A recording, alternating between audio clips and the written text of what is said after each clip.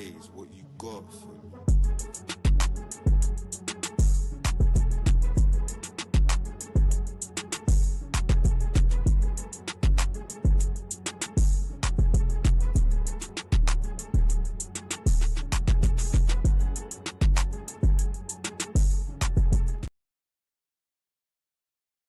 Diaries, yo, what's good, people? Welcome back to the channel. Welcome back to a Spurs of the moment.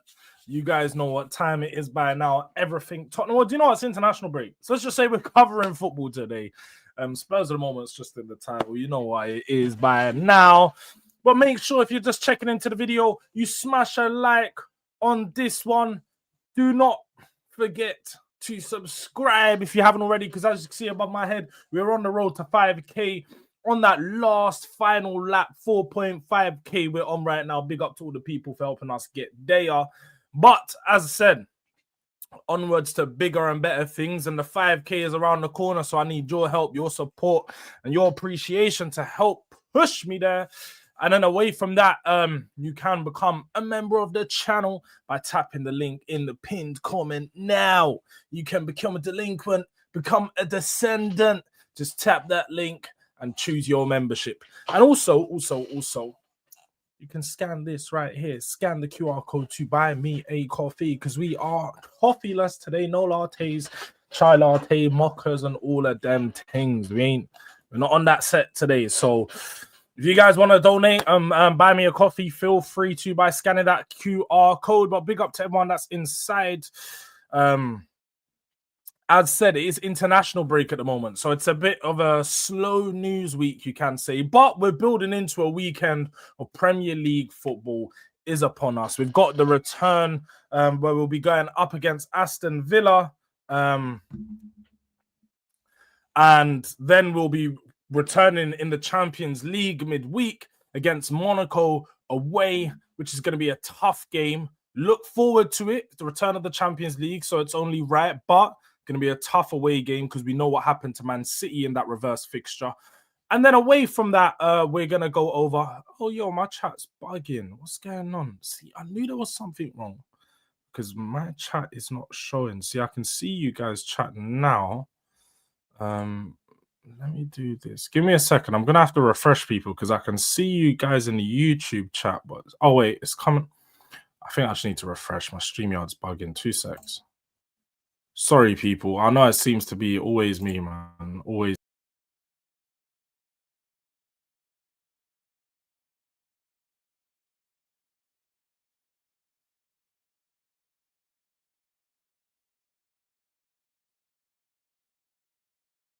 There we go. There we go. I can now see everyone's chat. The StreamYard wasn't loading everyone's chat, so I just was thinking, it's feeling a bit lonely in here, you know. We got 10 people inside, but nobody's chatting to me. Like, what's going on? There's nobody like want to show man some love and like, what's going on? But no, we're back. It's definitely a lot better now. Smooth up. Big up to Elijah in the building. He's been airing my messages crazy. No, I'm joking. But hit me back, Elijah. We're gonna get a stream in this week. I know the people them have been waiting for me and Elijah to go. So I was gonna say back and forth, but that's a why. And I'm not even into whys too much, but that's definitely a why. But for me and Elijah to stream, let's just say that. For me and Elijah to have it out regarding some of the things that have been said about Thomas Frank. So we're gonna get around to that real soon. Sometime this week. Man, like Durag doubles. We are signing more Wilson Odobert, aka Schade. Let's go. Big up to another member in the house. Man, like Tony Rodriguez. Big up Jords in the chat. Schade is just another Johnson. We need a left winger that moves the needle. Okay. We're going to get in some of that Kevin Schade news. Oh, Elijah's free right now. Elijah's free right now. Say less. Didn't have to say that twice, bro. If you just responded to my message in the morning, see, we could have been live already. We could have been live, but don't worry. You now got that in the chat. Yeah, that link is there. So if you don't turn up in the next 3 or 4 people, I'm letting you guys know now. Running. Wouldn't be the first one, but the last. Man, like Ghosted in the building. Big up to you, my bro. Smash them likes. Big up to Mustafa as well. Good morning. You said Tony, the disrespect to Kevin Schade. He's so much better. Yeah, he is. I rate Kevin Schade still. I actually think he's a good baller, man. Sweden doing poor. Don't think they qualify. Durag Diaries. I don't think I delayed today. I thought I was on time. I even put it like, I set it up last minute and I was like, you know what? I might still be late somehow. But we made it. 9:30 on the dot live. Each passing day, you look hat away from being basically what you're trying to say is when man's like trimless and rough. This is a light skin thing. Man, I'm doing a light skin thing now because he's light skin and I'm light skin. You're now trying to suggest that we all look alike, which is I see what you're doing, Kengiz, yeah. And I ain't fucking with it, bro, because like we're not all the same. I can do that thing to you, Kengiz. Looking like a man that works behind the doner kebab shop. Yeah. Man like Mangal. Yeah. Mangal owner. I have. Do you know, Ghosted? Do you know what? It's the international breaks. As you can imagine, yeah. The international breaks are killing the momentum every time I'm trying to get back into the flow and rhythm. So it keeps getting to that point of when I'm like, yeah, let's start getting back to streams and the international break happens. Then I'm just like chilling because in international breaks, there's not much to talk about. There really isn't much to talk about. But yeah, man, look, we're getting back into it. I'm trying. We're going to be doing more content. We're going to be doing more content. I'm trying, people. Big up Jords, Durag Diaries, and everyone in the chat. Big up to man like Philly in here. Yeah, we need that comedy this morning. Man is trying to cut a promo, and Elijah says, here and now, allow the promo. Levy and Langa or Paratici hasn't replaced Son or Kane. I'm not surprised there's one.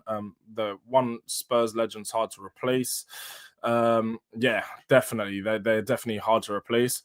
I'm looking forward to this Friday session. George, you have my sympathies in advance. We're going to see. We're going to see. Durag! Hey, big up to man like Jordan. We are definitely going to be watching some of that new content today. I know you wanted a live reaction, and we're going to make sure we give you that. So that's something we will be reacting to today, and that's why I put it in the side of the thumbnail, just so people who are around know that that's going to be coming soon. Man said, trim your beard, Tottenham Ranger. Maybe you shouldn't be looking at another man's beards and you should be worrying about yourself. Or more importantly, it's maybe what females are looking like. Maybe use this energy to approach some, because I know you're busy on the thumbs. I don't know if those thumbs actually get to work. But hey, we'll move on from that swiftly. Cook Wolfie, Dash in, Satnin Jords, good morning to you, bro, from sunny Cyprus. Oh, yeah, man, you must be living it up. The sunny Cyprus, beautiful country. Kengiz might have a kebab shop open for you over there. Oh, shit, yeah. Didn't like that one, Kengiz, didn't it? We can all do the light skin thing.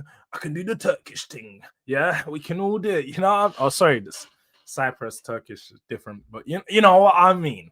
But anyways, big up to Elijah, who has finally decided to show face, hiding from me over the last couple of weeks, especially the unbeaten run and results of awful football. Yeah, man. How you been? Bro, I've been hiding from YouTube, fam. I ain't gonna lie, I ain't even been on my own channel. But I'm all right, man. I'm not gonna lie, bro. I literally just woke up and I saw you went live, and I was like, you know what? Yeah, I'm not working. I was gonna go gym in it, but I was like, nah, Jords is live. Let me jump on the stream first, then I'll go gym after. You know what I'm saying? And we'll start the day in it. But I'm good, man. I'm good. I can't lie. I hope everyone in the chat is good as well. You know what I'm saying? I'm coming back to YouTube. I haven't quit, I promise. I've just been busy. But I'm back. Facts, man. And you know what? I feel like everyone, this is what I think people are realizing, like that.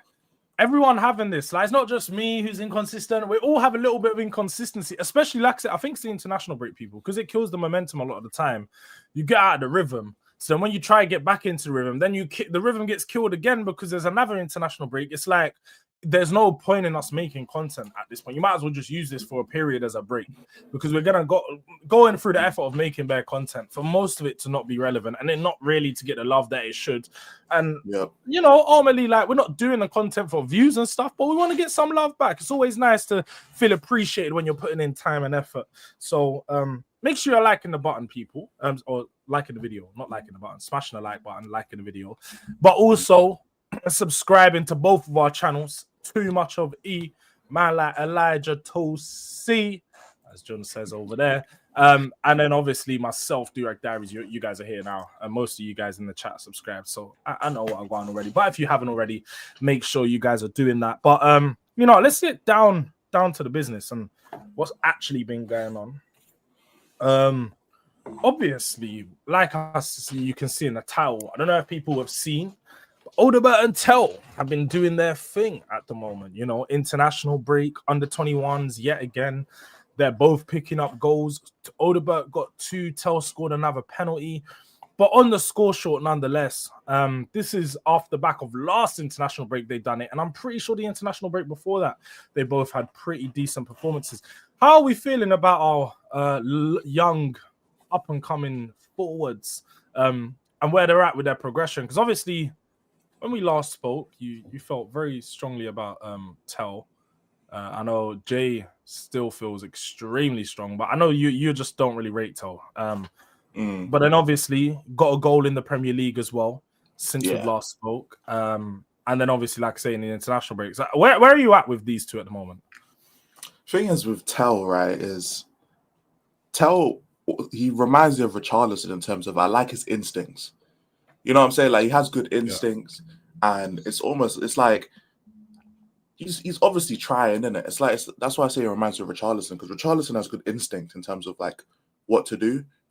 He just can't do it because he ain't got the quality to do it. You know what I'm saying? And that's kind of how I feel about Tell at this point, because like during the loan spell last year, I just thought he was buns. I'm not gonna lie, but this year, I'm seeing some sort of instinct from him. It's just that he's not good enough. Like he just can't do what's required as a striker. Like, and it's annoying, but I'm willing to give him more rope because he's 20 versus Richarlison, who's 28, and we know what he is in it. So I'm willing to give him a bit more rope, even though it's just the age thing doesn't matter to me as much. I mean, who's more likely to leave the club, Richarlison or Tell? It's Richarlison. So I'm more willing to just be like okay with it and be like, you know what, he's here. We're just gonna have to deal with it. Versus Richarlison, bruv, he needs to go expeditiously, bruv. I'm not even trying to, you know what I'm saying? But we can release him. I don't care, bruv. He has to go. But I mean, most people in the chat know I'm a big Odobert guy. I like him. He has been a bit iffy in the league, though. I have been one to criticize him heavily. I did think he was very good against Leeds. Like the entire front three against Leeds was, in my opinion, the 3 best players on the pitch. So they played well in that game, especially like considering what the average Tell performance is. He outperformed that. Odobert definitely outperformed his average Premier League performance in that game, and Kudus was cold as well. So there is something there. Like I know people are quick to write him off and say there's nothing there and all of that. There is definitely something there with both of them. I think Odobert is more on the path to get in there than Tell. But there is definitely something there. It's just whether I feel like they could actually unlock it here. And Tell, I don't know. Odobert, I think he can. I have a bit more faith in him in it. But Tell is, you know, it is. Yeah, it's just I'm willing to give him the time he needs, but it's just annoying in the moment, isn't it? Like the Doncaster game, I know you watched it. Man's looking like Flappy Bird, just missing the ball when he's right through on goal. He just has to tap it in, and he scores in it, and he misses the ball, and it's like it's just frustrating in the moment, isn't it?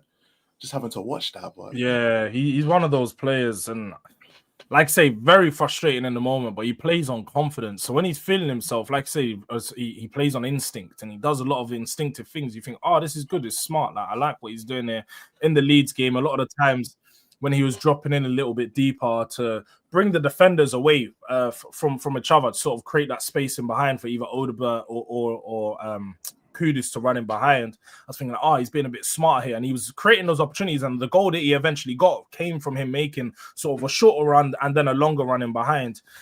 He's being a bit smarter with his movement than Richarlison. Because like you said there, you know them ones with Richarlison, I always tried to defend him because he's a number one passion merchant. Like, he leaves it all on the field. You try to defend somebody like that because if someone's putting their heart, playing with their heart on their sleeve, can't criticize it. You can only praise it. But at the same time, there's only so much playing with your heart on your sleeve can do for you, fam. Because certain man just be doing anything, running around, headless chicken vibes, chasing the ball in front of goal. He's freezing up. There was even that chance. Who was it against, man? When I think it might have been the Bodo Glimt game, you know, or when the ball came and it fell to Richarlison right across the box. Just missed it, like, and you're like, bro. It's like he tried to take the touch instead of just shooting first time. He was right in front of goal, take a touch and shoot, or just finish it, bro. Like, bro. And those little moments show me you haven't got that striker's instinct. He hasn't got that ability to just know to switch on in that moment. You know, like when you watch them TV shows and they see like everything slows down in that very moment it's happening. Like, as a striker, I would imagine that's how it feels, isn't it? Like when you're in front of goal, everything just slows down for you and you pick your corner, pick your spot, bang. But Richarlison, everything just happening in full-time speed, maybe 0.5 or 0.125. So it's just happening so fast. He's late. He's late to everything. And that's the problem with him. But bringing it back to Tell and Odobert, like you, Odobert for me is someone that I've always tried to praise because he looks a bit cleaner, sharper. But at the same time, in the Premier League, his performance has just been pretty shit. Like, it's been nothing that of significance. I'm watching him be similar to Brennan Johnson in this fact of he's scared to take on his man at times. And I've been a bit iffy with him. I'm like, I need to see more of Odobert. Yeah. Obviously, like I said, what we're seeing in this international break, he's scoring a few different goals, getting some confidence boosters. But whenever I see him play for France, I see the confidence for him to take on his man, whether it's down the right side or left side. I do feel like he needs to bring that to Tottenham. Now, obviously, playing against kids who are academies, under 21s, under 20s is very different applying it to the men's game. But I think it's just the confidence that the issue is with for him is to maintain sort of that belief in himself that he can do it. But with consistent starts, I think that he can build that up over the time. And Frank looks like he seems to be giving him a bit more of an opportunity. But what do you think about the link that we had? Because obviously Florian Plettenberg released, let me get this up just for some that may have missed it, regarding Kevin Schade and Spurs having an interest in him. Obviously, I know you're not an avid watcher of Brentford, but you may have seen him since he's come in. I think it was summer last year or January last year. I know he's not been in the Premier League for a long time. But is a goal scorer, is a problem, is someone that's familiar with Thomas Frank's system. Where are you at with that? That's the thing that low-key worries me the most. It's another Brentford player who's worked with Frank. I mean, obviously Frank will know like what to do with him and like how to maximize him.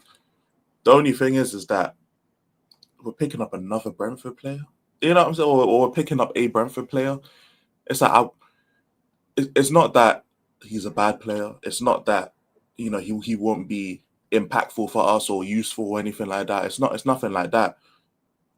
But it's just a thing where it's like Brentford, like, would we still going back to Frank's old club and picking up players? It's like if Thomas Frank was coming from a club that had players on the level of Spurs and was sniping them players, you wouldn't hear me complaining.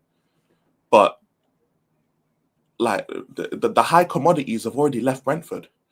You know what I'm saying? Like, and Mbeumo and Wisa, they're gone. You know, Norgard's gone. You know what I'm saying? Like, these men are all gone, fam, already. Like, the best players from Brentford are not there already. And now we're going back to Brentford to see who's the best of the rest.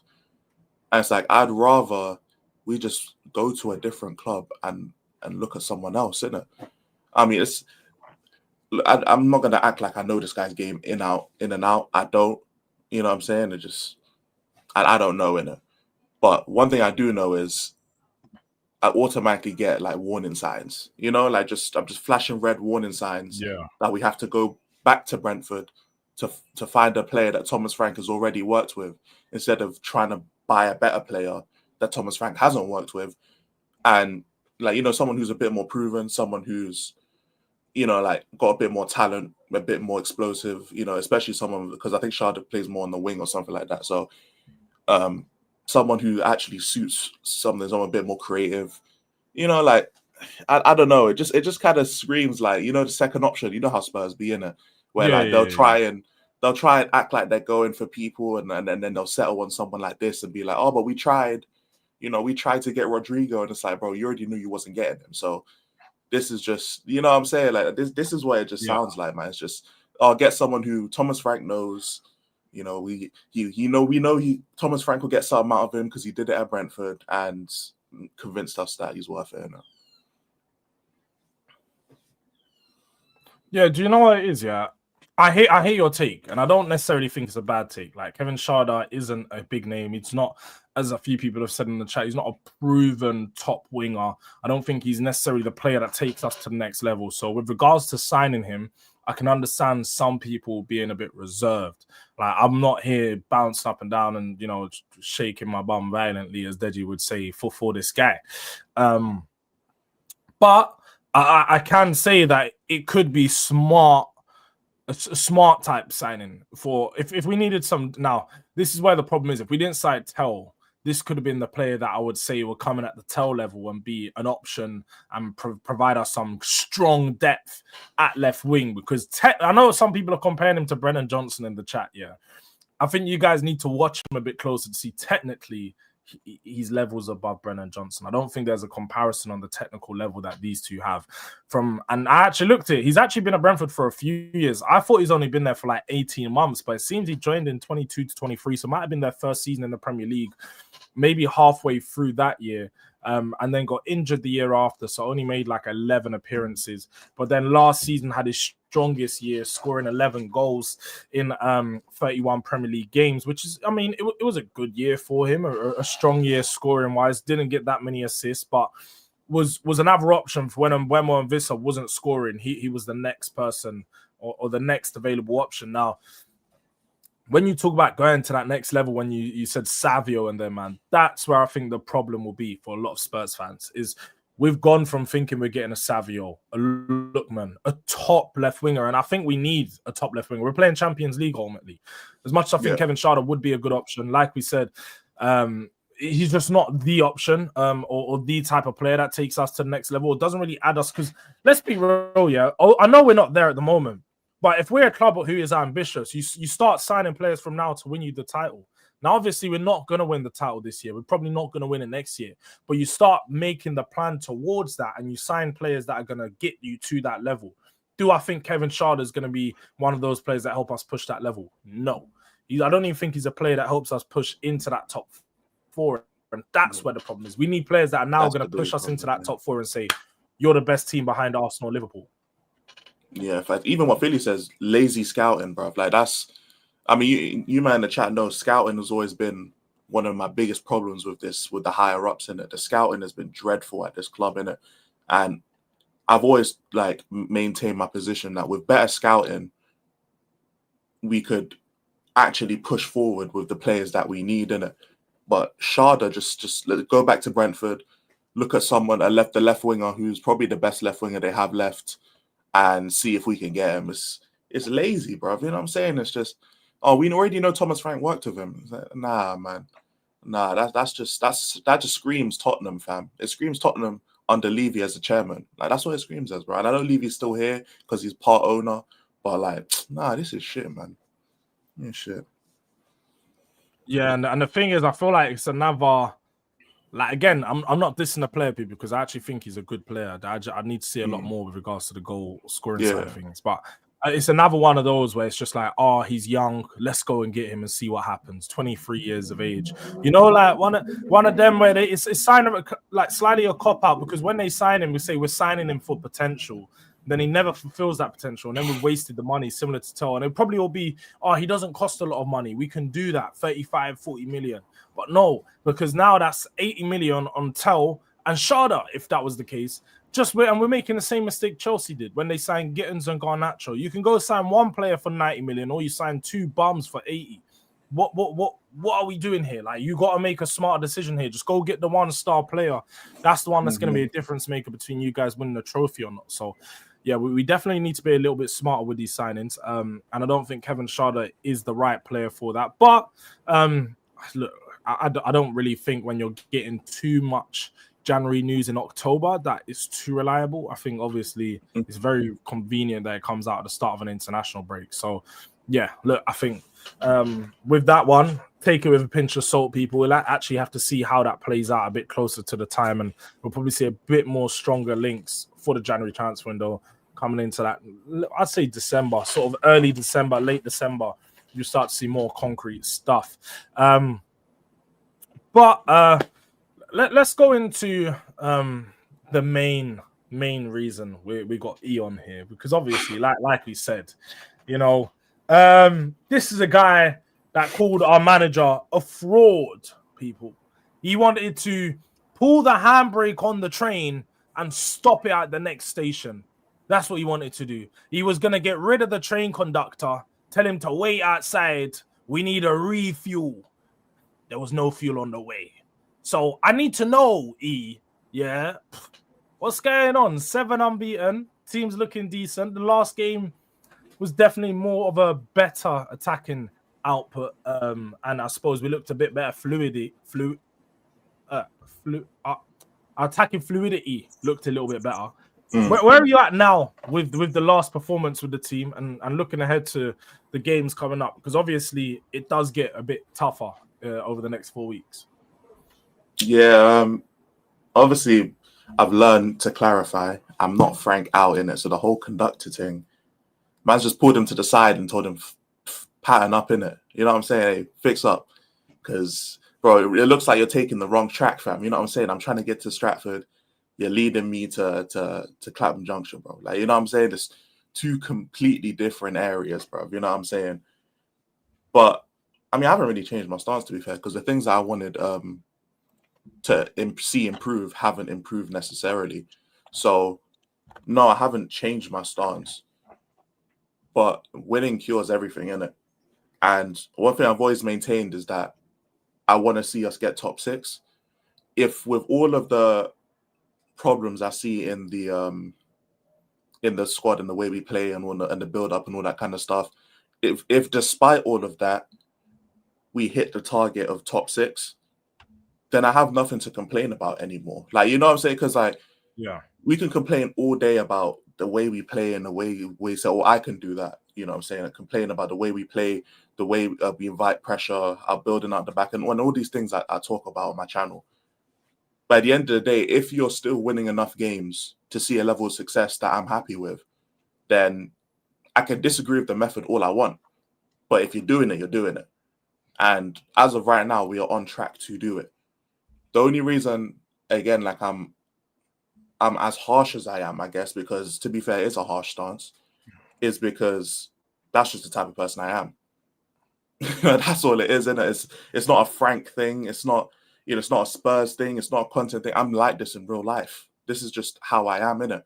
I'm someone who's just very snappy. I'm very pessimistic. I'm quick to point out a mistake, just how I'd want someone to point out a mistake to me. If I'm making a mistake early, I want to just fix it like that. So, because the longer you keep making mistakes, the bigger the mistake becomes and the harder it is to stop it. Because eventually teams are just going to start pressing at that mistake. We saw it with Ange. You know, when it was working, it was cold. As soon as teams started pressing at the mistake, all hell broke loose. And that's basically what it was last year. So if it ends up working out results-wise, then you won't hear me complain that much, because if the results are resulting in terms of where we finish at the end of the season and how we do in the cups, then I can't complain, because there are flaws in Mourinho's game. You know what I'm saying? There are flaws in Pep. There's flaws in every system. So I can point it out. I can point out the potential flaws. But if you win in spite of those flaws, then I can't complain about the flaws no more. So I'm not saying Frank has to win a trophy this year. I'm not saying Frank has to, you know, finish top 4 this year, because even though I believe in the squad more than most people, I'm not delusional. I know this team can't get top 4. Yeah. If we get to top 6, even without a trophy, if we just get top 6, then you will not hear me complain about the stuff like that, unless it's on a game-to-game basis where you have to break it down. But you won't hear me complain about it in a general totality. You know, this is just me assessing what I'm seeing as of right now, and come the end of the season, or whenever, if we have top 6 secured before the end of the season, that's enough for me in it. But until the results actually come in for the sector for the season, I'm just going to criticize the performances game by game. Yeah, and that's fair. I mean, I can't argue with that, criticizing performances game by game. And I think some of the points you made are right.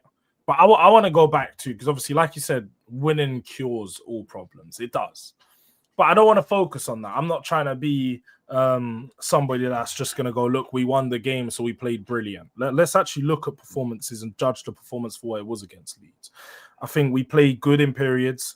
Attacking wise, we looked a lot better with Xavi Simons in the 10, being a bit smarter with the movement, getting around, creating those opportunities where he's picking the ball up in the half space and we're actually allowing Kudus to do his thing and running behind, or peel off of the defender, create some space for himself, have Pedro Porro do the overlap, just play a bit more football that made sense. Like, it started to piece together Thomas Frank ball. What did you think about some of those adaptations that he made to that game compared to the other games? Because obviously a lot of people were not happy with the way that we set up against Bodo Glimt, against the game that was before, which was Brighton. It wasn't Brighton. Was it Brighton or was it? Who was it? No, it must have been Brighton before. It might have been. It should have been Brighton, actually. I think it might have been Brighton. It must have been. It must have been Brighton before Bodo Glimt, surely. So obviously in those two games, oh no, sorry, it was Wolves. That's it. It was Wolves. The Wolves game and the Bodo Glimt game were two poor performances. What did you think about the adaptations he went with going into that Leeds game? Because I think there was a lot of changes he made, even with the way we set up, the way the forward three were playing, sort of Xavi Simons coming into the left wing when pressing, and some of these things. I think we look a lot better as a team when Xavi Simons is in the 10. And it's not that he's performed amazingly, but his best performances have come in the 10. But what I notice about, especially Bentancur, it's almost like he looks completely different when Xavi Simons is there instead of like a Sarr or a Bergvall. I think it's just because Xavi Simons is just much better. He's just a natural 10. Like Bergvall and Sarr aren't natural 10, so they can move into space, but like I spoke about this on another channel, but there's a difference between moving into space and then moving into space effectively. Because like you could be in space all you want, but if you're nowhere near the ball and you can't manipulate the game, then what's the point in being in the space? And Xavi Simons is a player who can get into space effectively. And I notice with players like Bentancur, he's much more willing to pass the ball forward when Xavi Simons is there compared to when Sarr and Bergvall are there. Because Bentancur is someone who I rate Bentancur, but that doesn't mean he's good enough because he just keeps passing the ball backwards. You know what I'm saying? Like he's always passing sideways and backwards. I notice when Xavi Simons is there, he actually looks up and he looks forward, which I rate. But the thing I like the most about the Leeds game compared to the other two, because the other two were horrible, was the attacking display, innit? Our attack in general is not good. And again, my biggest problem has always been the midfield. But one thing I noticed is that, especially in my chat, a lot of people are telling me we can't beat a press because of the attack. The midfield can't play well because the attack is bad. I saw the attack play well and the midfield was still shit. So, and it's, the maths is not mathing for me, but the Bodo Glimt game, I've noticed whenever we get pressed, we look terrible. Like Leeds' best chance had a Calvert-Lewin chance when Bentancur just fell asleep and just gave the ball to Calvert-Lewin for no reason. It just came off being pressed. Like, it wasn't even a proper press. It was Calvert-Lewin just went up to Bentancur and just took the ball. Like, that's pretty much how that happened, didn't it? Like, I don't know what Bentancur was on. He was just on some bullshit. But every time we get pressed, we look bad, innit? And I know people say it's the personnel, but I personally think that we have a good enough team to play through a press. In my opinion, because obviously the main thing right now is to boot it up to Kudus and just hope, innit? But if looking at the midfielders we have, you tell me with Bentancur, Bergvall, Sarr, Pelinha, Xavi Simons, you're telling me pick 3 out of those 5. You're telling me we can't play for a press. With Romero, who's one of the best ball playing centre backs in the league. With Porro, who's one of the better right backs with the ball at his feet. With Jed Spence or Udogie, you can take your pick. Van der Ven's a bit meaty with the ball at his feet. But with those types of players, you're telling me we can't play through, and I guess this ties into why people also want Kinski to start over Vicario, because if we're getting pressed, it's better to have Kinski in net than Vicario because he can pass. Vicario with his distribution is kind of meaty. So I believe with the players we have the club, we can play through a press. We shouldn't have to rely on booting the ball up to Richarlison and him flopping to beat a press. I think we have the players, and this is why I'm harsh on Frank, because I've noticed that the main discrepancy between people who believe what I say and people who believe like what you say is our belief in the players for the most part. Yeah. As a baseline, I think I just believe in the players, or I think they're better than what most people believe they are, in my opinion. And I think that's where it comes from, because I'm only judging Frank based on what he can control. But I think that in general, I think Thomas Frank gets more of a pass because the quality level of the players is not what the Tottenham fans want. So he gets a pass for like, oh, you can't expect Thomas Frank to do this with these players because he can't do it. They're not good enough. Whereas in my mind, I think they're good enough, at least at a certain think there's only level. a few players that people do that for, though. I feel like Richarlison's, Brennan Johnson's, Odobert's, and Tells. Yeah, you're right, and a lot of fans do that because I think, rightly so, they wasn't amazing for the pass manager, so them not being amazing for him. Oh no, not the attack. I'm talking about the midfield. The attack. I don't think people do the that attack for is dead. midfield, though. In my chat they told me we can't play through a press because that's what they tell me we can't beat a press with the midfield. That makes no sense because, like you said, the profiles that we have in our midfield / defense would let you know that we have players more than capable of doing that. I think sometimes the way the players they apply themselves is the problem, and that would be Saar. You know, when he can get on the ball a lot of the times, but once he gets on it and he tries to play through the press, he's probably an issue for us because he loses the ball. As much as he wins the ball a lot of the times, he loses the ball a lot of the times. Yeah. Bentancur has been awful. I don't know what's happened to him this last month. I think, it's safe to say a month now. He's just been awful. And I know we just awarded him with a new contract. So it could be a new contract curse. Maybe he knew that he was coming. So he was like, yo, let me just kick my feet up. I don't know. But he's been just bad with his decision-making, bad with his passing, like everything on the ball. Yeah, it was Jay Spurs that said that. Yeah. I said I you remember. You need technically secure players to do it consistently. And I believe we have that to play through a press. We can. We don't. Again, like this is why people jump to extremes, isn't it? Like, oh, I want Tottenham to compete for trophies every year. Oh, you're not Real Madrid. I want Tottenham players to be able to play through a press. You're not Barcelona with the tiki-taka, bro. It's like you don't need that to beat a press. You know, like there's multiple ways to do things. Again, which is why if Thomas Frank puts the results up by the end of the season, I will shut my mouth because even if I don't agree with some of the ways he approaches the games, the results speak for themselves. Like right now, the results are speaking. So, you know what I'm saying? Like I can praise the manager and praise the players for doing well because the results are resulting.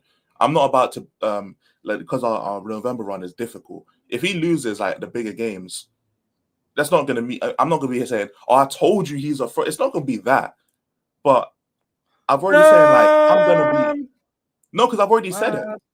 It's not. It's going. But it's not you're definitely going to be quick to say, "I told you guys he's a fraud." If we, but it depends on the performances, though. It's always been the performances for me because, like, I know it's preseason, but in preseason, we made Arsenal not look threatening at all.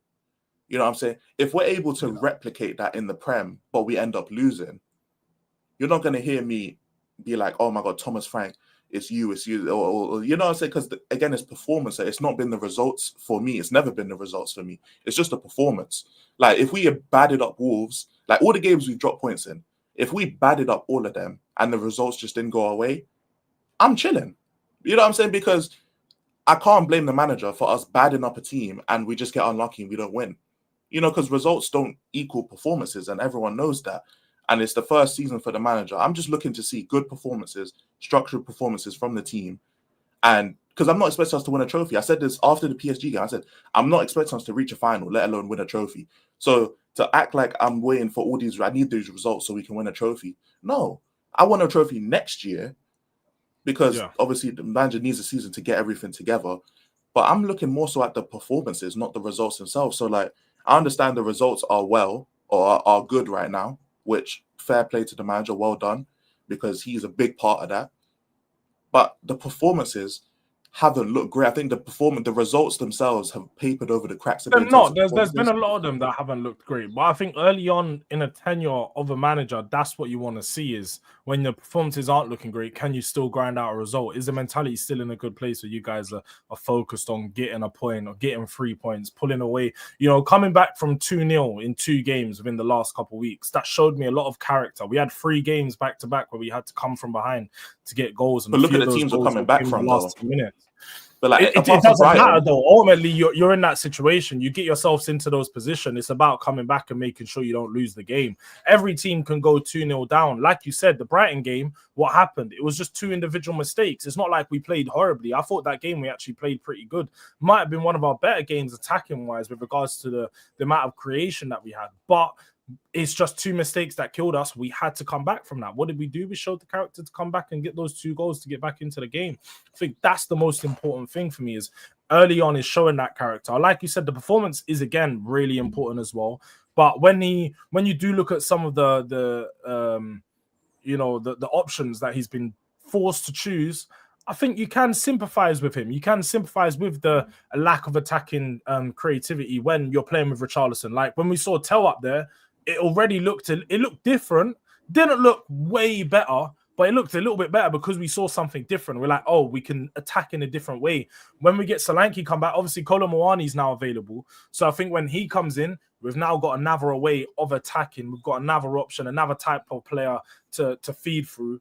And the same thing with Solanke. So it's right to judge him up till now with the players that he's had. We can definitely judge him. We know the ceiling of what this team could be with Richarlison. With Tell, we're still figuring that out, where his best position is and so on. But going back to the midfield, I still feel like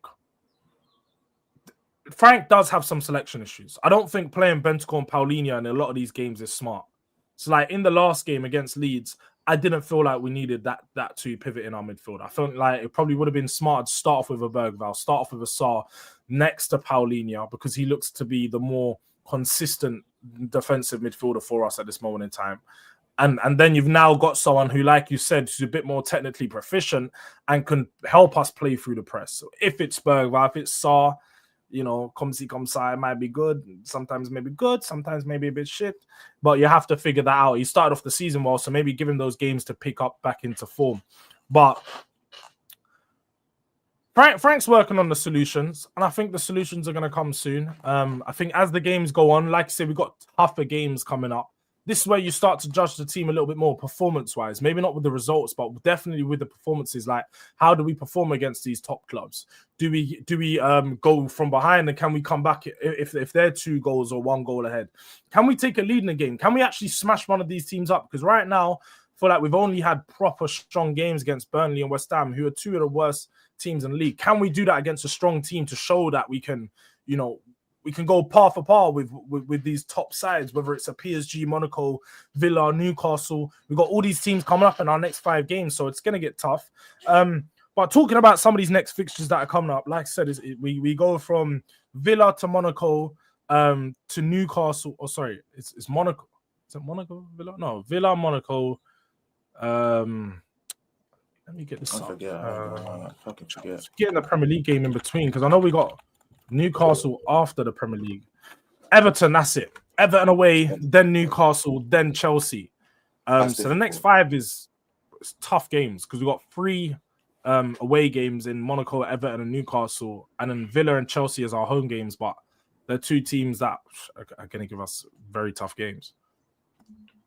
Oh yeah, 100%. No, we need a statement win in it. I haven't seen a statement win yet under this manager. I need to see like a statement victory. I'm like, oh shit, okay, this is what I'm trying to see. In it, statement win? No, because we beat City every year. You know, that's right. That's true. You know what I'm saying? Like, the only performance I'll say is statement is the PSG game, because I mean it wasn't a win, but it was a statement performance. Like, because obviously the way we played and how we was able to neutralize PSG for as long as we could. But in terms of now the season's underway, if we had beaten Bournemouth, I would have considered that a statement win, in my opinion. If we had beaten Brighton, I would have considered it a statement win, in my opinion. Obviously, people can disagree. But you know what it is, right? If because Villa's at home, innit? Is Villa at home or? No, we're at home against Villa. Well, okay, Please so that's stop what the I'm mind saying. games, bro. I know you want to do this, like, oh yeah, you're in the title race with us. Title race Like, is crazy. Title race crap. is crazy. Spurs and We're title race past 10 games is insane. But yeah, insane. I'm trying to think of which of the next ones. I mean, we're not going to beat PSG. I mean, if we beat PSG, that would definitely be a statement win, but it's not going to happen. I guess Newcastle, innit? If we beat Newcastle, that's a statement win, to be fair. It's Carabao Cup as well, so it's Carabao Cup, yeah. Oh yeah, if we go to Newcastle and we win, that's a statement win right there, bro. I can't lie in it.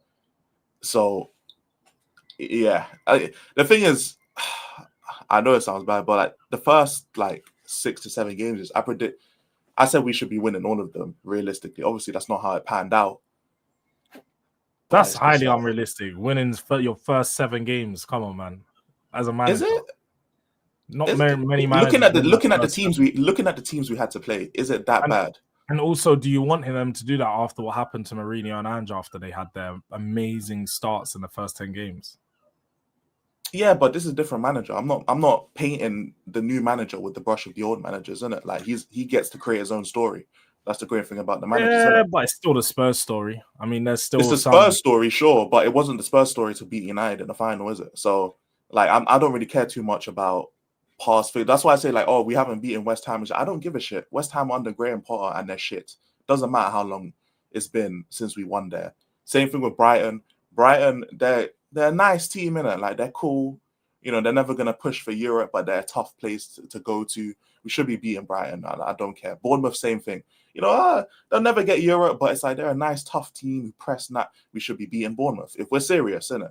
That's why I've always felt like we're not serious, because this is why Arsenal ain't won no chips. Speaking of this is why Arsenal ain't won no chips, is because they don't win where they're supposed to win. Yeah. But they win where they're not supposed to win, but they don't win when they're supposed to win. That's why they haven't won no title. If we're serious, because City, one thing I rate about City is they went 2 years without being in on the top 6 for properly, except for United, and they still managed to win titles. Because when it comes to these type of teams, they take care of business. We have to be one of those teams where we have to take care of business, innit? I always speak in basketball terms, J Spurs, innit? It's just how I always do.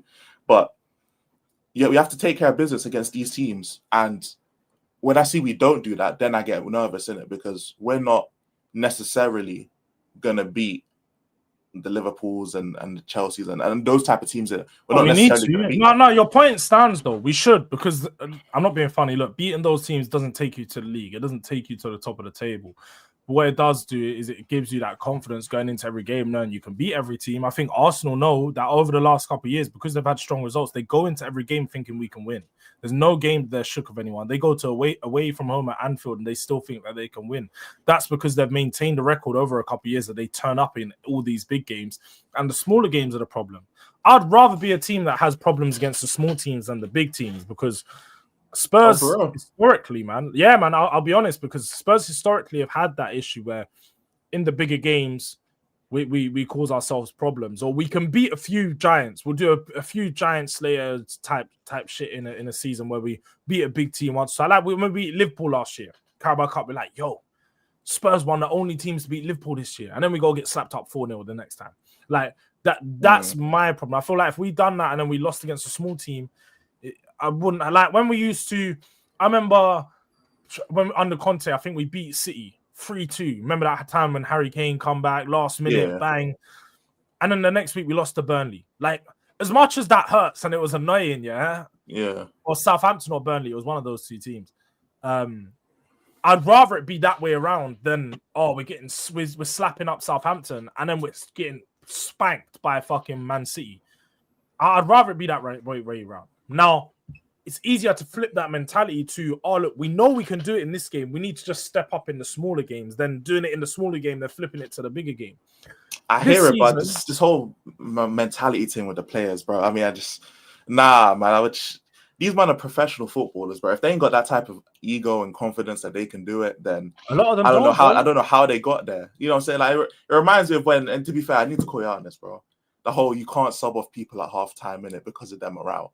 I don't know I what know, you was I've thinking. never said that. I said you don't You do did. it to young players. To young players, you don't. You don't Bro, sub off a young player at halftime. Yes, you do, bro. You First of all, the conversation was about Pelinya against Bournemouth. He's not young, so You didn't know it was going to get yeah. No, Bournemouth. When yes, was it this was. conversation had? What are you on about? We talk Why about would we boardroom stop talks, Palhinha bro. at halftime? Boardroom talks. Me, you, and Jay. When everyone else cancelled, bro. Yeah, and it started off with just me and you. Yes, I brought up the fact that Pelinya needed to get subbed, and Brennan Johnson. They both need. Was it Brennan Johnson? Yes, it was because John made the video. It was Pelinya and Brennan Johnson needed to get subbed at halftime, and you were strongly against it because of team confidence and player morale and all of that bullshit. No, we were talking at that point in the season. He trusted in that team to start the game. The performance didn't necessarily go that great. And then he came back and said, you know what, look, I'm going to give you guys another 10 minutes. That's sort of how it works in a football change room. No, it's because all we've seen since then is managers make subs at halftime. So no, bruv. No, but that's not how it works, you say bruv. managers. We're talking about Thomas Frank, a new manager with a new team, settling into that team. It's not Arne Slot for Liverpool, who just won the league, who's telling Kirkers, yeah, bro, do you know what? Like, you're not playing good this half. I'm gonna take. Okay, what about Arteta with Madueke? Madueke's new signing, you know what I'm saying, just came in, supposed to be the guy while Saka's injured, hooked at halftime. No, Saka's back, fam. You're sitting on the bench. Bro. Well, that's because who's he getting what I'm saying? For? What about the Wolves manager? Bro? What about the Wolves manager making 2 subs at halftime? Who was Brennan Johnson going to get hooked for? At that point, we didn't not like we had Xavi Simons. Xavi Simons wasn't available at that point. He was coming. Bring on someone else, bro. We had Telman Odobert, fam. It wasn't like them two were going to come on and do a match. You bring on someone else, bro. The Wolves manager did it as well against us, and they ended up being 1-0 up. And if it wasn't for Pelinya scoring a 30 goal, we would have lost the game. Again, am I right or am I wrong? Like there's 2 different ways to approach it. You have managers that will do what Thomas Frank has done and have a little bit more patience with his players, give them the 10-minute period, which again, 85% of managers do this, by the way. They'll give you like a 10-minute period and they'll be like, look, I'm going to give you guys 10 minutes, make the change, or I'm going to make a change. There's certain managers that wait longer.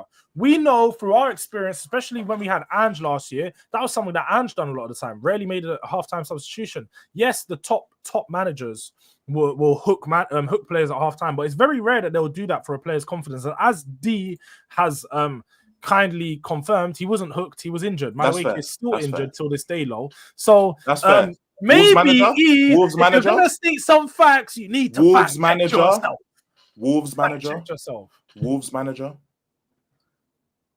Exactly. Shut the fuck up. Let's move on. No, you're not doing this. You're not doing this. Up. Okay. Why did you have? Wait. Where did you get the facts about Arsenal? Because you said it. You said it as a top team. We were talking about top teams and top managers making top decisions. But if a manager of Wolves, if Wolves is 007, Wolves is 007. I need another manager. Wolves are 007, and they can make subs at halftime and change their formation and push us to the brink of losing. If it wasn't for a 94th minute banger, then why can't Thomas Frank do that? If it's talking about top managers, sure, top managers do it all the time.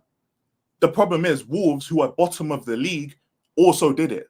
So it's not a top manager. It didn't work for them though. It didn't work. It did work. They got a point at our ground. It did work. Wait. So let me ask you this. It did work. We need to be smart when we think. We need to be critical thinkers.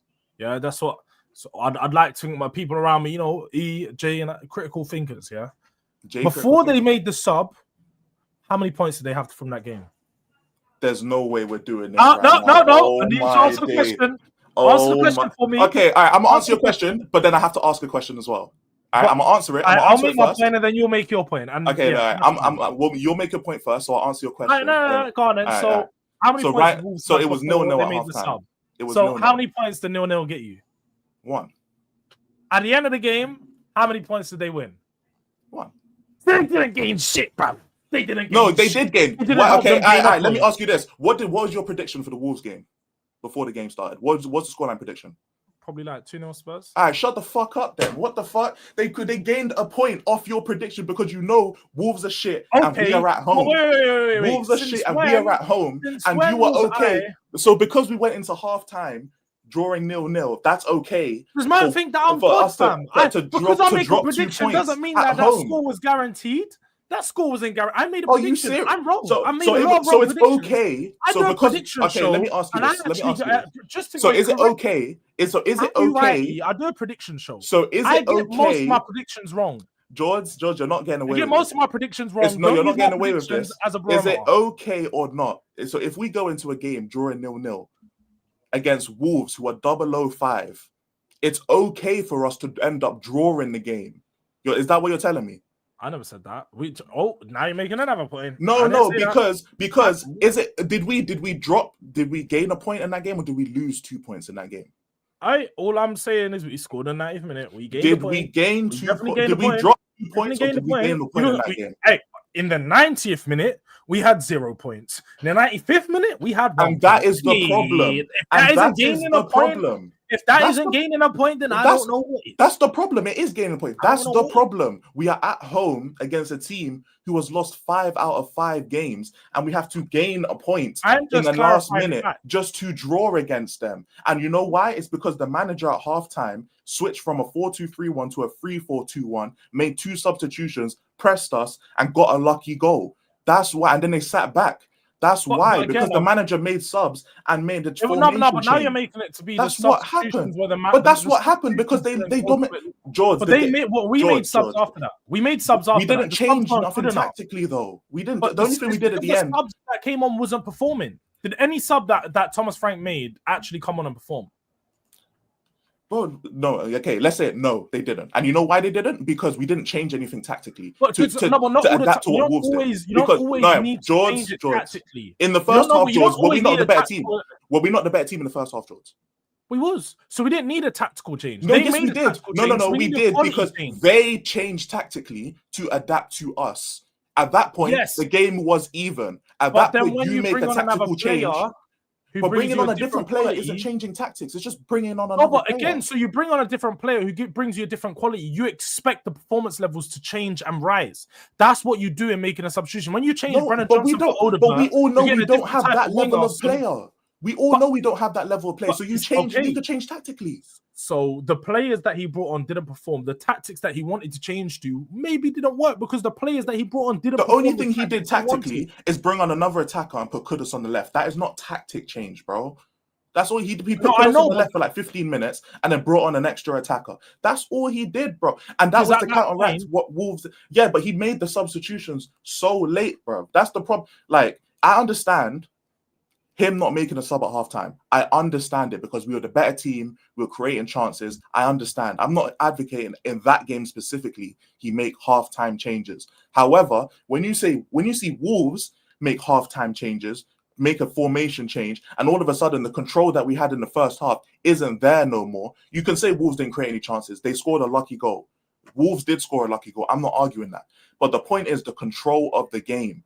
We lost the control of the game. It was very even. It was end-to-end in terms of possession changes. We couldn't hold on to the ball for any specific amount of time. When you watch the game, you know this. The performance was very different in the second half compared to the first. It's because the Wolves manager made changes tactically and made substitution changes. That's why. Once you see that for 10, 15 minutes, at that point, make a change formation-wise. If you go to a back three and you do this thing, do it. Or if instead of a 4-2-3-1, make a 4-3-3. Just do something different tactically. That's all I'm asking for. Because at the end of the day, we were going to score against Wolves regardless.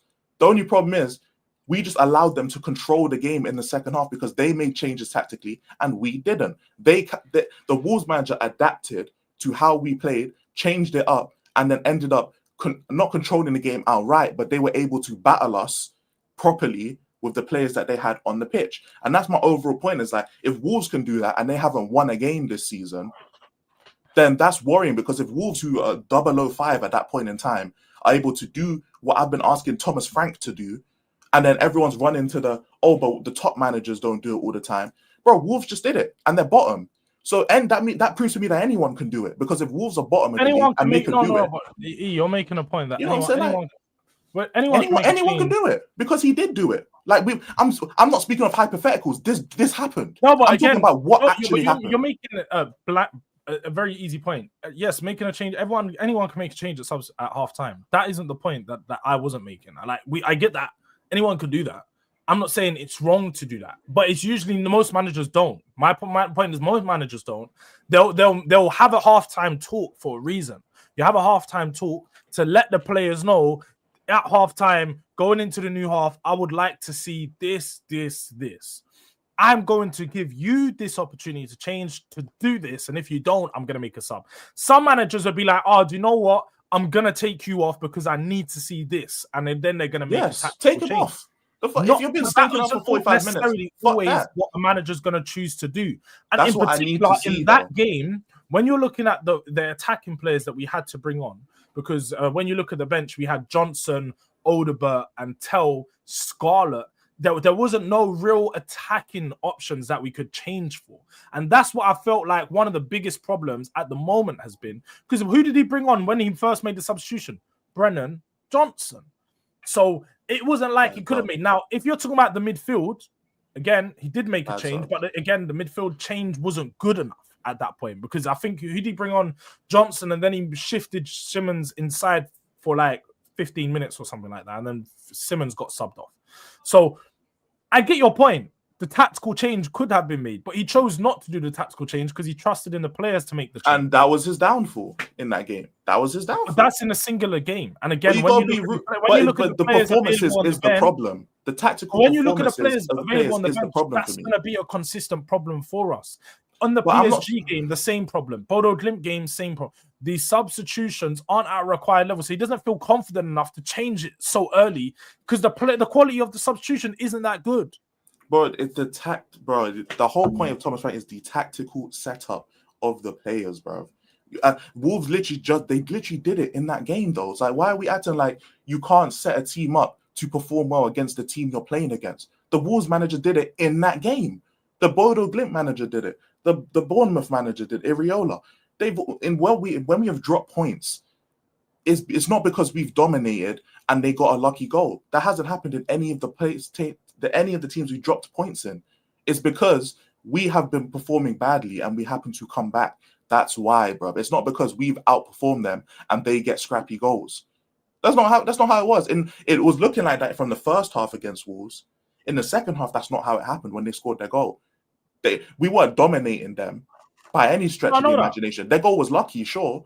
I agree, it was Vicario being a bozo, but we didn't dominate them. What game have we dropped points in where we have been by far the better team and we have just been unlucky? One of those mad performances yet. But again, you keep talking about the adaptations, but you're expecting too much too early is what I'm saying. You want to manage to change with the players. No, I'm not. Again, you said it yourself. You trust in a lot of these players and think they're better than many people think they are. When Frank looks at some of these players, he probably thinks they're limited. So some of the adaptations he wants to do, he cannot do with these players. So you're saying, do this. He doesn't want to do it because the players aren't good enough. He doesn't feel the change is going to work. Yes, but if I'm seeing we have to claw our way back against Bodo Glimt. If we have to crawl our way back against Wolves, I'm just the whole thing is like look at Liverpool. How everyone was kind of Liverpool. Oh, you're only scoring last minute goals. You're only winning by last minute and all this 90+ minute shit, right? As soon as those goals don't happen, they start losing. It's like you can only overlook the performance for the result for so long. Because eventually 100%. The lack of performances will catch up to you. I'm just saying, if right now, the results don't dictate how good we've been performance-wise. Because you would look at our results and be like, in terms of just as a blanket, unbeaten in 7, 1 loss in 11 games, is it, or 12? And you'd be like, oh shit, we've been good, fam. We've been good. The performances have not shown that. They haven't. Like, if we're being honest with ourselves, the performances have not shown. They don't match the results that we've gotten. And the only thing I want to avoid, really, which is crazy me saying this because I have no actual influence over what happens, but the one thing I don't want to happen is we don't fix up on the things we need to fix up on. And then when we can't come back from 2 goals down against a team, but the performance is the exact same, is that when people start asking questions because the results are different? You know what I'm saying? And that's what I want. That's ultimately what it is. And I've seen D say, oh, Thomas Frank has never dominated teams. He's at Tottenham. I don't care about Brentford. I'm not. Who gives a fuck of what he did at Brentford? I don't give a shit. No, but he's at Spurs now. His ideology is not to dominate teams. Well, he has. He's at Arsenal will Tottenham. be possession heavy. His ideology isn't to do what Arsenal do, and they suck the living daylight out of every team by passing it around for. No, which is fair. Which is He's not absolutely do fair. that. However, quick, when you go from these attacks, I understand that. I completely understand that he doesn't have to play like other managers who are at the top level. I understand that. But respectfully to Thomas Frank, going from Brentford to Tottenham is a big jump. This is a big jump. Like, it is not the same. Sometimes you might have to, unless you're really like that, you're going to have to change how you move, bro. And managers who are like that, who make the jump, they've already proven that that it works, bro. Like Leverkusen to Madrid for Alonso is a big jump, but he proved he's like that. You know what I'm saying? Like Porto to Chelsea for Mourinho is a big jump, but he proved he's like that. Unfortunately, Amorim. But no. He's a bozo. What I don't like. How do they prove it? They proved that with results. They didn't prove that with playing exhilarating football, because which is why I said style of football with Chelsea. Yeah, but that's why I said though, if the result at the end of the season comes and he's finished top 6, remember I didn't even ask for a trophy. If he finishes top 6 at the end of the season, you won't hear me complain in length about the tactics ever again. Because like I can criticize on a game-to-game basis, sure, but at the end of the day, if you get the job done, you get the job done. I'm saying what I'm saying now because I don't want that's what I'm saying. He proved he was like that. It's normally a big jump from club to club, but he proved he's like that. That's the point. His point is they were like that. They were like that. Like in terms of their philosophy and how they play, they didn't have to change it because they proved that they were like that at the clubs they were at. That was my point. When you get a manager like that, they don't have to go and change.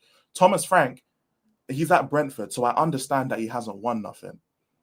But if you haven't won anything or seen any major success at Brentford, it's okay to tweak your ideology a little bit. You don't have to completely change it, but you're a bigger club. Time frame to understand to even judge him off of what the tweaks have been. In my opinion, yes. But then that's why I think you're just completely wrong, Elijah. That's why that's why this is good. This elite content. First of all, make sure you guys are liking the stream, but that's where the divide comes from. That's the ultimate divide, and which is why we'll never agree on it. Which is why the content's amazing, because it's just a fundamental disagreement at the roots. Is I don't think it's too early. You think it's too early. I think the players are better than what you think the players are. So it's just fundamental disagreements. But at the end of the day, when it comes down to it, I mean, people said 10 Premier League games. First, it was 10 games. Now it's 10 Premier League games. You don't need to make your fucking mind up. That's the first thing. Second of all, yeah, Thomas Frank, in my opinion, hasn't proven that he was like that. You know what I'm saying? Some managers are like that. He's not one of them managers. Not every manager goes from a mid-table team to a top team and performs well. Again, I'm not saying that's not Thomas Frank, but for there to be managers like Mourinho and Pep and Slot, and you can even throw Arteta in if you want, I don't even care. For every manager like that, there's a Graham Potter, bruv. There's a Brendan Rodgers. There's a Maurizio Pochettino, and it's okay, bruv. I'm not saying that's what Thomas Frank's going to be, but just because Thomas Frank was great at Brentford compared to what Brentford need to be, that doesn't necessarily mean he's going to just bring that to Spurs, bruv. And it's okay, bruv. Like, it's not the end of the world if that doesn't happen. It's not the end of the world. And the thing is, right, people act like I'm asking for the moon and the sky, bro. No, I've been very consistent. It's just people don't like listening, innit? That's what it is at the end of it. People don't like listening. And I understand because we're in the TikTok era where everyone needs all the information in a 60-second short. So I understand it, innit? Like, it's not the end of the world for me. Like, I'm gonna keep doing my thing anyway. But Thomas Frank, I understand that he brings stability, sure. At the end of the day, though, we didn't need that stability to beat Bodo Glimt last year. You get what I'm saying? Like, in my opinion, you shouldn't need that to beat the team. Who we played? So we played Man City, who we beat every year. PSG, very good performance. But you can't just PSG, very good performance. No. We beat them every year. No, but we do. If we beat them under Matt, if everyone's criticizing Ange, which is rightfully so, by the way, Andrew was still beating them. You know what I'm saying? Yeah, Nuno beat them. Conte beat them. It still Poch doesn't beat matter. them. You've got to beat them. Mourinho beat them. Everyone. Every Tottenham manager has beaten Man City. If Arsenal or Liverpool done the game where they beat City, you'd be like, that's a good statement win for Arne Slot, for Arteta. That's a statement win. Yeah, but it's different because it's different because we all. I don't know how we do it yet, but we. And I know it was at the Etihad, bro. It's a away win. That's a big away win, bro. It's a good. In my opinion, it's not a statement. We can agree to disagree. In my opinion, it's not a statement win, innit? But I understand. I understand if people do say it's a statement. I'm not going to fight you on that. It's just, in my opinion, it isn't. But every team that we've played, take into account whether we're home or away, in my opinion, we can beat them. We have, like, if you want to take out City, sure. Everybody else. So who have we played? We played Brighton away, Bournemouth at home, Wolves at home, West Ham away, Burnley at home, and I'm missing one team. Who am I missing? Leeds away. That's 6 games, isn't it? Take away Man City. Is there any... If you want to argue Brighton away, I won't fight you. So the other 5 games, is there a reason why you should be dropping points in any of those games? Like, be honest. Be honest. No, but again, like... Is there with the just look at our squad?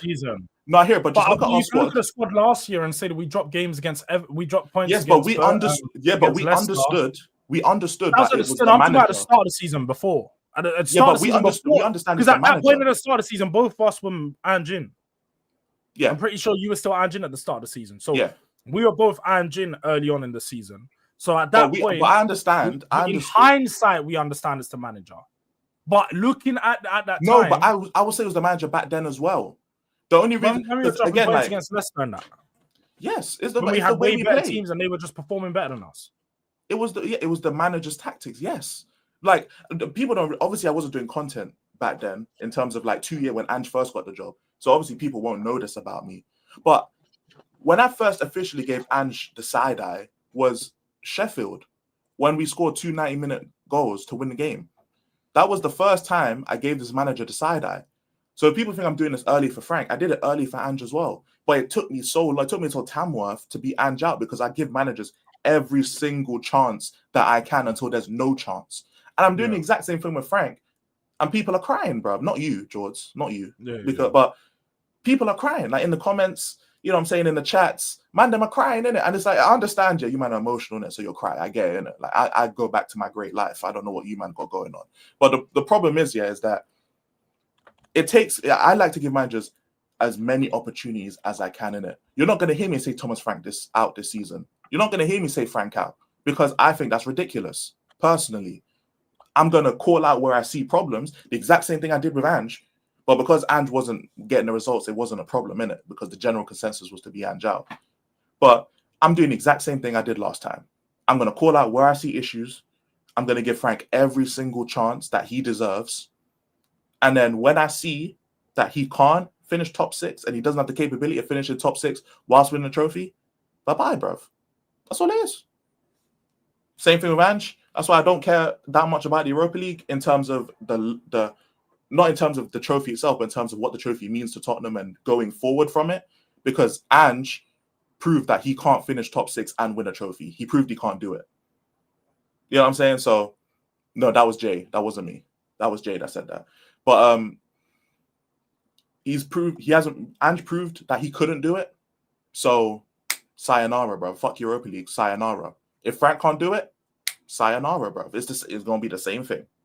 It's going to be the same thing. We're going to have to see. It's going to be a long season. It's going to be a very long season. I think Frank, for me, it's got a big couple games. Say the next 5 games, some real statement performances or statement games in there. 4th round against Newcastle, big game. Monaco away. It's again very tough game. And then obviously you got Everton away. It's another tough game. They haven't lost at that stadium as of yet. I think they've only conceded 1 goal there so far. And then the 2 home games, that Chelsea one, I'll definitely be looking forward to because that's a team we don't usually pick up points against. So if Frank can do what he was doing at Brentford and cause them some problems. Hopefully we can get a result there. But look, people, I am gonna have to end it there, cut it a little bit short. Well, I know we've been having a good show, and I was gonna go and do a reaction to John's video, but we have to cut it there as I have to head over to the terrace for straight facts this morning. But what we'll do is we'll get around to that some week, maybe boardroom talks, or maybe another live that I'll do. We'll definitely be reacting to that live, John. So don't worry about that. We're gonna get around to it because the edits need to keep coming, bro. They are class. They are honestly class. So gonna look to get around to that. John's cold. He cooked me sometime. Yeah, you got cooked, bro. Yeah, I got cooked. You know, it's a good first 2 minutes. You know what it feels like to be on the receiving end of a cooking now. I know what it's like now, bro. I hear it. And now you know how I feel, man. That money sleeve cooking is bad. Big up, though. Big up, John. Big up, Destiny. Big up to everyone inside. Make sure you smash a like on the video. I can't lie. As I said, man, since we come out of this transfer window, I don't know about you, E, but everyone forgot about the like button after the transfer window. Honestly, I hear it. I can't even get 50 likes no more. We can't even get the same ratio. We're not even on 30. We're not even on. We've had over 40 people in the building for most of the thing. We're not even on 30. Clearly the people ain't seeing no money sleeves, so they ain't dropping no likes. I hear it. Money sleeves soon to be back in a couple months. And like PFC said, maybe we need to get some merch with that one. We'll get a money sleeve merch so you guys can enjoy that transfer window real. And then away from that, yeah, man, make sure you guys show some love to E, innit? Too much at E. What you got coming up? You live at 3 today? I should be, unless I've got some stuff to do, but I'm definitely be working on some content anyway. So if I'm not live today, I'll be live tomorrow, maybe. But I'll definitely have some content coming out in the next few days, definitely. Yeah, well, we'll look out for that, people. He's going to be live, potentially free. If not, just go subscribe, tap post notification bell to stay up to date with all of that. And maybe live again at 2. I need to confirm with Hooks if we're going to be doing North Divide. We may wait till next week, but we may do some preview stuff. We'll see. But just look, post notification bell to stay up to date with all of that stuff. And I'm going to send you guys over to Sava, who's live right now, so you guys can continue with some more Tottenham chat. But if you want to join me and see more of me just doing a bit more general football chat, come over to the Football Terrace for some straight facts, and I'll be live with KJ and Terry. But big up to everyone inside. Make sure you guys have a good day. God bless. Goodbye.